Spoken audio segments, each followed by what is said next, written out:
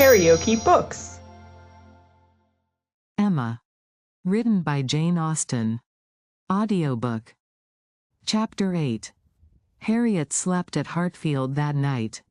For some weeks past she had been spending more than half her time there, and gradually getting to have a bedroom appropriated to herself, and Emma judged it best in every respect, safest and kindest, to keep her with them as much as possible just at present. She was obliged to go the next morning for an hour or two to Mrs. Goddard's, but it was then to be settled that she should return to Hartfield, to make a regular visit of some days. While she was gone, Mr. Knightley called, and sat some time with Mr. Woodhouse and Emma, till Mr. Woodhouse, who had previously made up his mind to walk out, was persuaded by his daughter not to defer it, and was induced by the entreaties of both, though against the scruples of his own civility, to leave Mr. Knightley for that purpose. Mr. Knightley, who had nothing of ceremony about him, was offering by his short, decided answers, an amusing contrast to the protracted apologies and civil hesitations of the other. "Well, I believe, if you will excuse me, Mr. Knightley, if you will not consider me as doing a very rude thing, I shall take Emma's advice and go out for a quarter of an hour. As the sun is out, I believe I had better take my 3 turns while I can. I treat you without ceremony, Mr. Knightley. We invalids think we are privileged people. My dear sir, do not make a stranger of me. I leave an excellent substitute in my daughter. Emma will be happy to entertain you. And therefore I think I will beg your excuse and take my 3 turns, my winter walk. You cannot do better, sir. I would ask for the pleasure of your company, Mr. Knightley, but I am a very slow walker, and my pace would be tedious to you, and, besides, you have another long walk before you, to Donwell Abbey. Thank you, sir, thank you. I am going this moment myself, and I think the sooner you go the better. I will fetch your greatcoat and open the garden door for you." Mr. Woodhouse at last was off, but Mr. Knightley, instead of being immediately off likewise, sat down again, seemingly inclined for more chat. He began speaking of Harriet, and speaking of her with more voluntary praise than Emma had ever heard before. "I cannot rate her beauty as you do," said he, "but she is a pretty little creature, and I am inclined to think very well of her disposition. Her character depends upon those she is with, but in good hands she will turn out a valuable woman. I am glad you think so, and the good hands, I hope, may not be wanting. Come," said he, "you are anxious for a compliment, so I will tell you that you have improved her. You have cured her of her schoolgirl's giggle, she really does you credit. Thank you. I should be mortified indeed if I did not believe I had been of some use, but it is not everybody who will bestow praise where they may. You do not often overpower me with it. You are expecting her again, you say, this morning? Almost every moment. She has been gone longer already than she intended. Something has happened to delay her, some visitors perhaps. Highbury gossips. Tiresome wretches. Harriet may not consider everybody tiresome that you would." Emma knew this was too true for contradiction, and therefore said nothing. He presently added, with a smile, "I do not pretend to fix on times or places, but I must tell you that I have good reason to believe your little friend will soon hear of something to her advantage." "Indeed? How so? Of what sort?" "A very serious sort, I assure you," still smiling. "Very serious. I can think of but one thing. Who is in love with her? Who makes you their confidant?" Emma was more than half in hopes of Mr. Elton's having dropped a hint. Mr. Knightley was a sort of general friend and adviser, and she knew Mr. Elton looked up to him. "I have reason to think," he replied, "that Harriet Smith will soon have an offer of marriage, and from a most unexceptionable quarter. Robert Martin is the man. Her visit to Abbey Mill, this summer, seems to have done his business. He is desperately in love and means to marry her." "He is very obliging," said Emma, "but is he sure that Harriet means to marry him?" "Well, means to make her an offer then." "Will that do?" He came to the Abbey 2 evenings ago, on purpose to consult me about it. He knows I have a thorough regard for him and all his family, and, I believe, considers me as one of his best friends. He came to ask me whether I thought it would be imprudent in him to settle so early, whether I thought her too young, in short, whether I approved his choice altogether, having some apprehension perhaps of her being considered, especially since you're making so much of her, as in a line of society above him. I was very much pleased with all that he said. I never hear better sense from anyone than Robert Martin. He always speaks to the purpose, open, straightforward, and very well judging.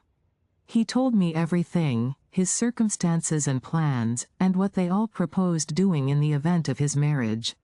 He is an excellent young man, both as son and brother. I had no hesitation in advising him to marry. He proved to me that he could afford it, and that being the case, I was convinced he could not do better. I praised the fair lady too, and altogether sent him away very happy. If he had never esteemed my opinion before, he would have thought highly of me then, and, I dare say, left the house thinking me the best friend and counsellor man ever had. This happened the night before last. Now, as we may fairly suppose, he would not allow much time to pass before he spoke to the lady, and as he does not appear to have spoken yesterday, it is not unlikely that he should be at Mrs. Goddard's today, and she may be detained by a visitor, without thinking him at all a tiresome wretch. "Pray, Mr. Knightley," said Emma, who had been smiling to herself through a great part of this speech, "how do you know that Mr. Martin did not speak yesterday?" "Certainly," replied he, surprised, "I do not absolutely know it, but it may be inferred. Was not she the whole day with you?" "Come," said she, "I will tell you something, in return for what you have told me. He did speak yesterday, that is, he wrote, and was refused." This was obliged to be repeated before it could be believed, and Mr. Knightley actually looked red with surprise and displeasure, as he stood up, in tall indignation, and said, "Then she is a greater simpleton than I ever believed her. What is the foolish girl about?" "Oh, to be sure," cried Emma, "it is always incomprehensible to a man that a woman should ever refuse an offer of marriage. A man always imagines a woman to be ready for anybody who asks her. Nonsense. A man does not imagine any such thing. But what is the meaning of this? Harriet Smith refuse Robert Martin? Madness, if it is so, but I hope you are mistaken. I saw her answer. Nothing could be clearer. You saw her answer. You wrote her answer too. Emma, this is your doing. You persuaded her to refuse him. And if I did, which, however, I am far from allowing, I should not feel that I had done wrong. Mr. Martin is a very respectable young man, but I cannot admit him to be Harriet's equal, and am rather surprised indeed that he should have ventured to address her. By your account, he does seem to have had some scruples. It is a pity that they were ever got over." "Not Harriet's equal," exclaimed Mr. Knightley loudly and warmly, and with calmer asperity, added, a few moments afterwards, "No, he is not her equal indeed, for he is as much her superior in sense as in situation. Emma, your infatuation about that girl blinds you. What are Harriet Smith's claims, either of birth, nature or education, to any connection higher than Robert Martin? She is the natural daughter of nobody knows whom, with probably no settled provision at all, and certainly no respectable relations. She is known only as parlor boarder at a common school. She is not a sensible girl, nor a girl of any information. She has been taught nothing useful, and is too young and too simple to have acquired anything herself.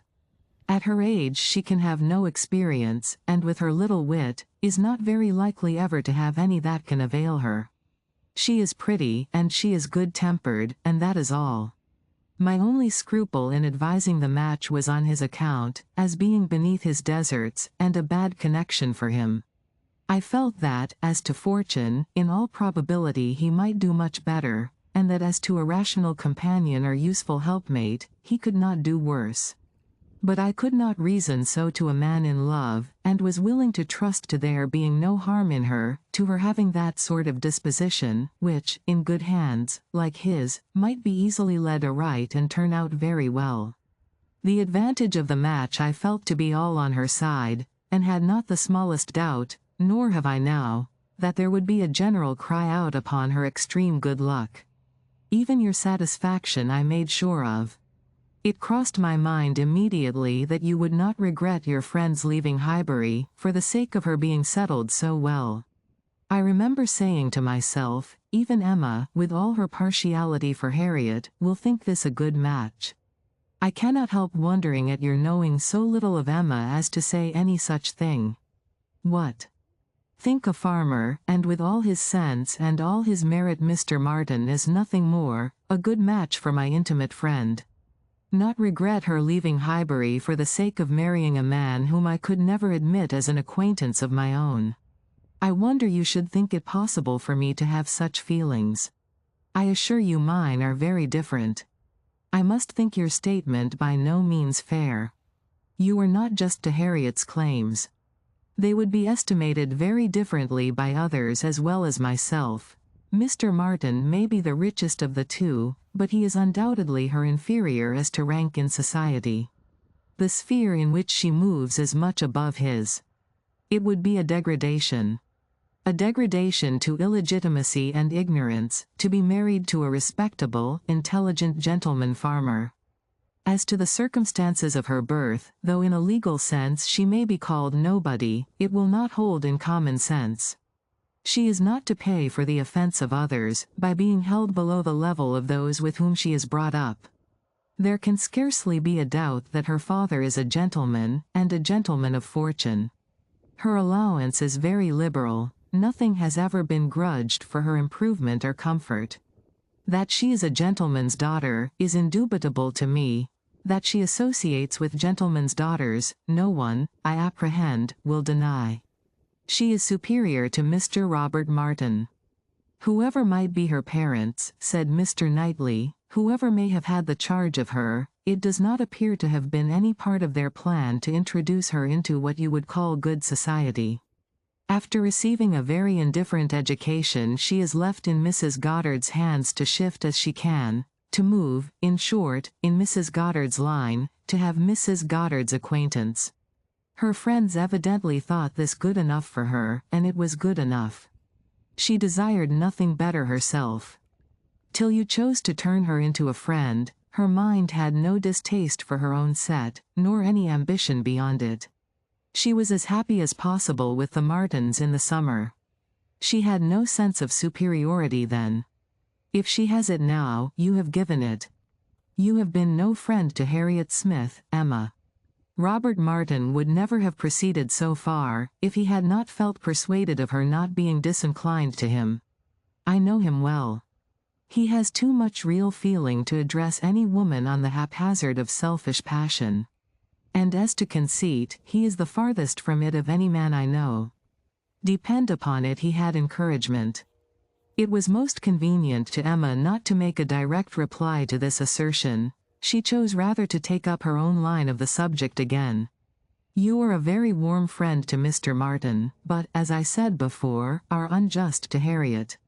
Harriet's claims to marry well are not so contemptible as you represent them. She is not a clever girl, but she has better sense than you are aware of, and does not deserve to have her understanding spoken of so slightingly. Waiving that point, however, and supposing her to be, as you describe her, only pretty and good-natured, let me tell you, that in the degree she possesses them, they are not trivial recommendations to the world in general, for she is, in fact, a beautiful girl, and must be thought so by 99 people out of 100, and till it appears that men are much more philosophic on the subject of beauty than they are generally supposed, till they do fall in love with well-informed minds instead of handsome faces, a girl, with such loveliness as Harriet, has a certainty of being admired and sought after, of having the power of choosing from among many, consequently a claim to be nice. Her good nature, too, is not so very slight a claim, comprehending, as it does, real, thorough sweetness of temper and manner, a very humble opinion of herself, and a great readiness to be pleased with other people. I am very much mistaken if your sex in general would not think such beauty and such temper the highest claims a woman could possess. Upon my word, Emma, to hear you abusing the reason you have, is almost enough to make me think so too. Better be without sense than misapply it as you do. To be sure, cried she playfully. I know that is the feeling of you all. I know that such a girl as Harriet is exactly what every man delights in, what at once bewitches his senses and satisfies his judgment. Oh! Harriet may pick and choose. Were you, yourself, ever to marry, she is the very woman for you. And is she, at 17, just entering into life, just beginning to be known, to be wondered at because she does not accept the first offer she receives?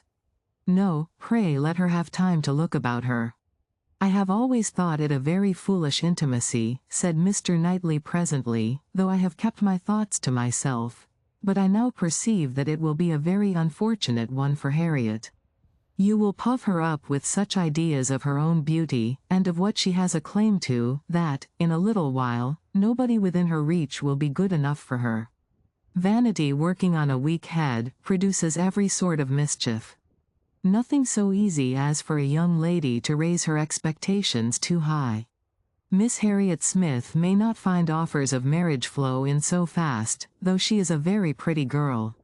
Men of sense, whatever you may choose to say, do not want silly wives.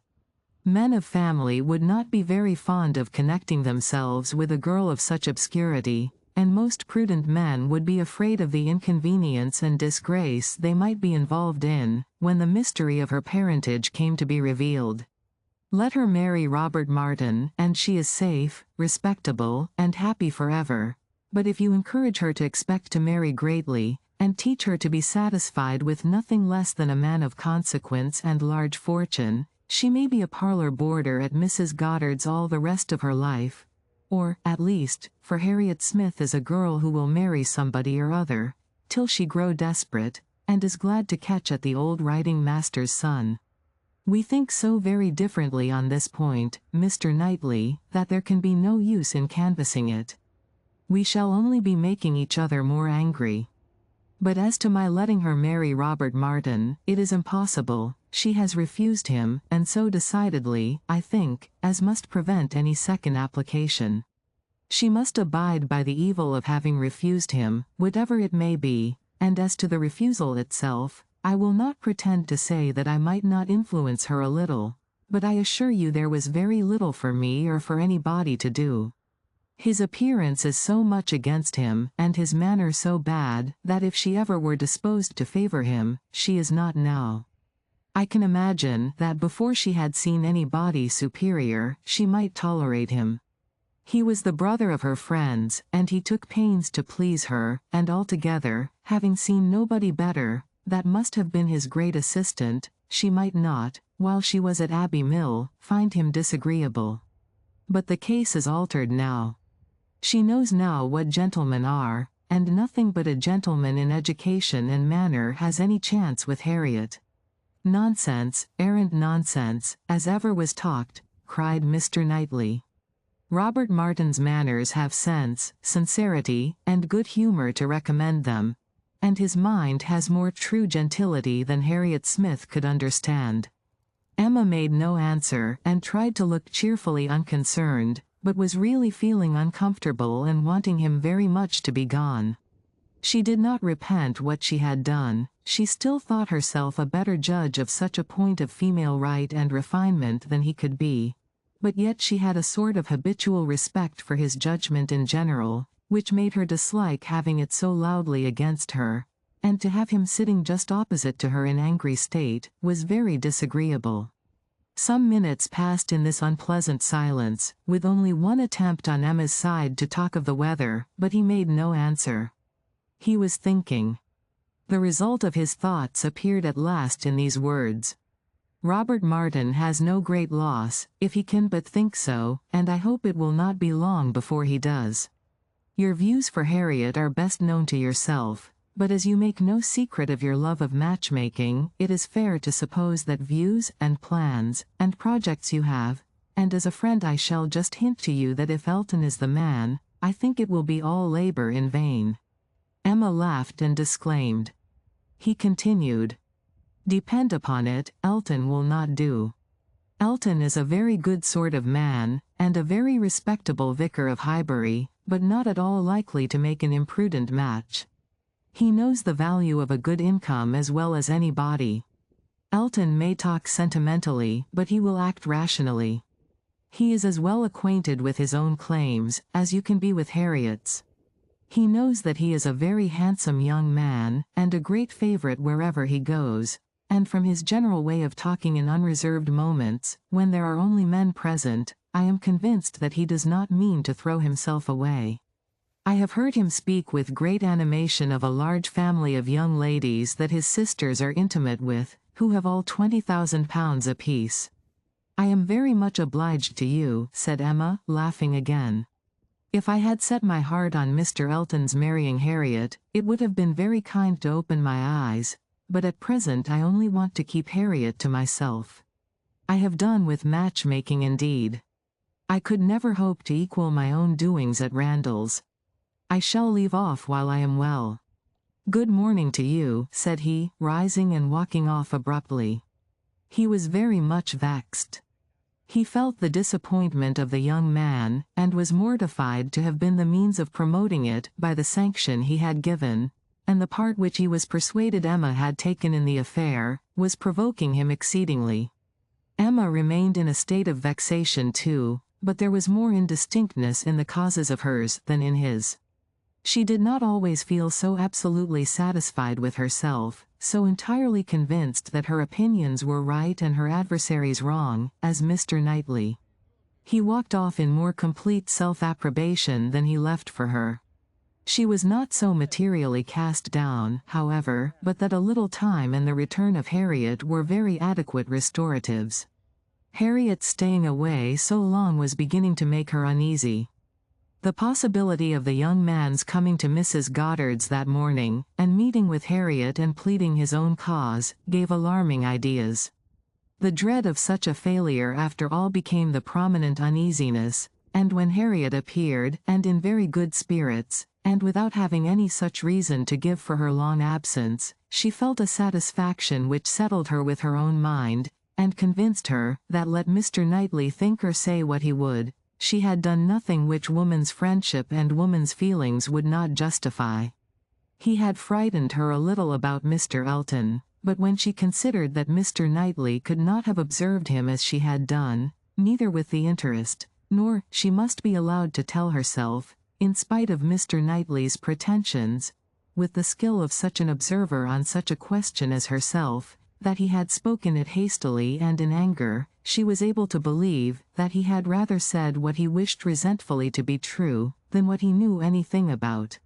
He certainly might have heard Mr. Elton speak with more unreserve than she had ever done, and Mr. Elton might not be of an imprudent, inconsiderate disposition as to money matters. He might naturally be rather attentive than otherwise to them. But then, Mr. Knightley did not make due allowance for the influence of a strong passion at war with all interested motives. Mr. Knightley saw no such passion, and of course thought nothing of its effects, but she saw too much of it to feel a doubt of its overcoming any hesitations that a reasonable prudence might originally suggest, and more than a reasonable, becoming degree of prudence, she was very sure did not belong to Mr. Elton. Harriet's cheerful look and manner established hers. She came back, not to think of Mr. Martin, but to talk of Mr. Elton. Miss Nash had been telling her something, which she repeated immediately with great delight.